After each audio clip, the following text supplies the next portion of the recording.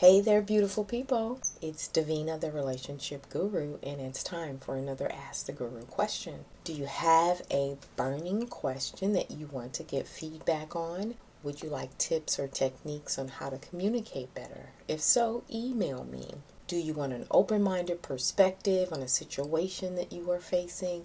If so, email me. You can email me at connect@therelationshipguru.org or reach out on my website at therelationshipguru.org. So every week I will choose a question from social media or from the website and answer it here on this Ask the Gurus segment. So, having said that, let me make this disclaimer. I am not a licensed therapist or a counselor. However, I am a licensed or certified health and wellness coach, life coach, as well as a relationship coach. So the answers that I give are my perspective, my opinion, and my advice. Keep in mind these are real life questions from real life people.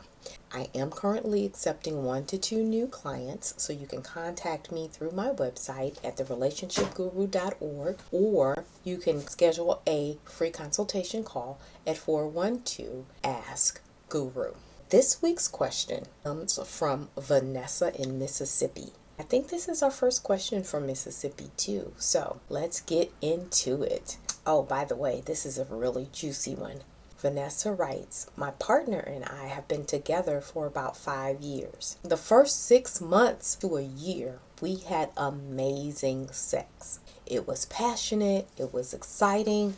However, over the past 2 years, I have noticed that my partner is barely there, both mentally and physically. Lately, he has been acting like he is so tired and not interested in sex much. When we do have sex, it is often rushed in one position and is over very quickly.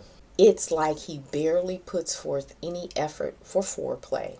I am often bored and feel like he is not putting forth much effort. We used to laugh and joke and really take our time with foreplay and sex. He was always very caring and open about trying new things and making sure that I was satisfied. Now he doesn't even ask how I'm feeling, he barely talks, and there's barely any foreplay. It's like he gets his and then goes to sleep. Well, about 6 months ago, I invested in a buzz toy. My partner found it. Now he is upset because he thinks he is being replaced by a toy. I have tried to share with him how I am currently feeling about our sex life and that a toy could never replace him. However, I have not been feeling satisfied with our relationship.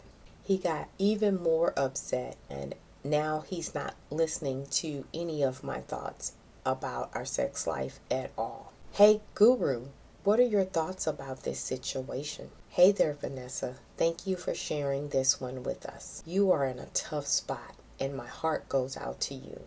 This is often the time during a relationship where it is the toughest because you are settling in and becoming or creating your routine. This is where many relationships disconnect and dissolve. I am almost certain you are not alone on this one.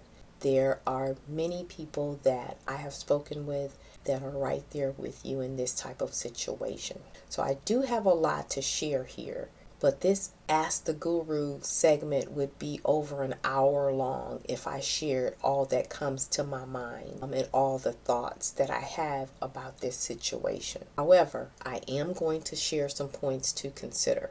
First thing, high five to you, kudos to you. I take my hat off to you for taking responsibility for your own pleasure. Wonderful thing. You are responsible for communicating your needs to yourself first and then to your partner. Sometimes we can have lazy moments, and then sometimes we can have a lazy partner.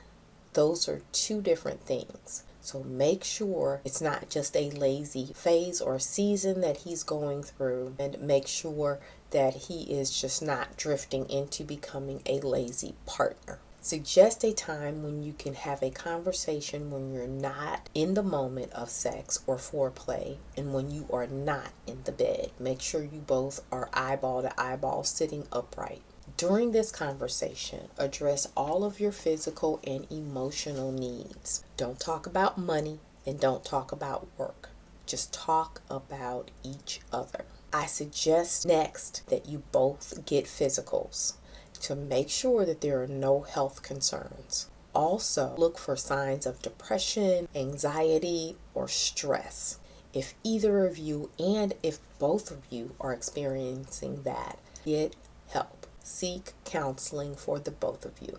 Suggest date night next and just uninterrupted time to just focus on each other. Make sure you let your partner know you love them and you want to feel connected to them, and that's very important to you.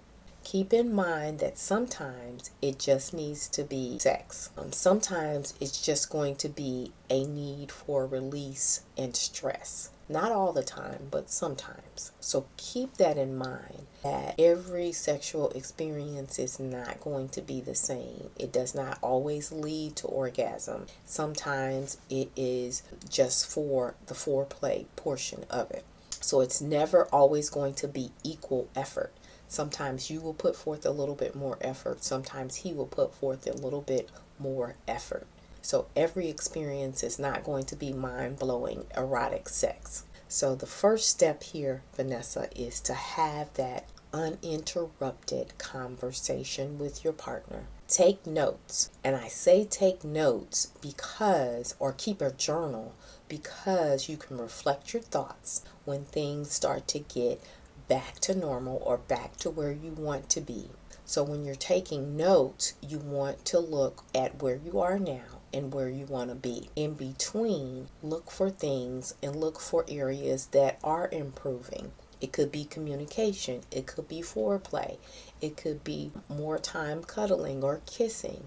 So look for those moments that you can take advantage of that are intimate moments, and keep looking for those things in your partner.